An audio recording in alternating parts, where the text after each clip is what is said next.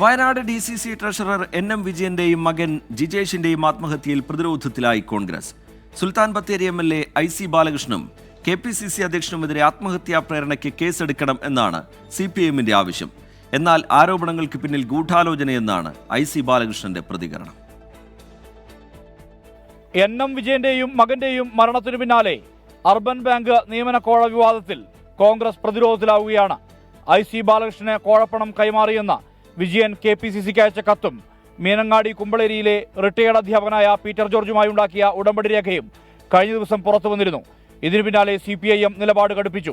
നാളെ MLAയുടെ ഓഫീസിലേക്ക് മാർച്ച് നടത്തും. അടിയന്തരമായി ഇതുമായി ബന്ധപ്പെട്ടുള്ള സമഗ്രമായ അന്വേഷണം ആവശ്യമാണ്. IC ബാലകൃഷ്ണൻ MLA തൽസ്ഥാനത്ത് നിന്ന് രാജിവെക്കാൻ വേണ്ടി തയ്യാറാകേണ്ടതായിട്ടുണ്ട്. KPCCക്ക് നേരത്തെ തന്നെ കത്ത് നൽകിയിട്ടും അതിലൊരു ഇടപെടലുണ്ടാവുകയോ അതിലൊരു പരിഹാരമുണ്ടാവുകയോ ചെയ്തിട്ടില്ല.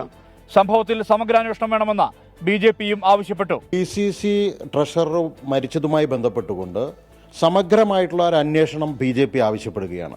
പുറത്തുവന്ന രേഖകൾ വ്യാജമെന്നും ഉപജാപക സംഘങ്ങളാണ് പിന്നിലെന്നും IC ബാലകൃഷ്ണൻ MLA പ്രതികരിച്ചു. വ്യാജൻ എഴുതി ചേർത്താണ് ആരിത് ഈ രേഖകൾ ഉണ്ടാക്കി. അവരെ കണ്ടെത്തേണ്ടത് അത് രാഷ്ട്രീയത്തിന്റെ മുഖമോ ജാതിയുടെ മുഖമോ മതത്തിന്റെ മുഖമോ നോക്കിയല്ല. ഇത്തരത്തിലുള്ള ക്രൂരമായ പ്രവൃത്തി ഉൾപോരിൽ കൂടി നടത്തുന്ന ആരാണെങ്കിലും അവർ നിയമത്തിന്റെ മുന്നിലേക്ക് കൊണ്ടുവരണം എന്നുള്ളതാണ് എൻ്റെ നിലപാട്. വിഷയത്തിൽ അന്വേഷണം ആവശ്യപ്പെട്ട ജില്ലാ പോലീസ് മേധാവിക്ക് പരാതി നൽകാനാണ് IC ബാലകൃഷ്ണന്റെ തീരുമാനം. 24 വയനാട്.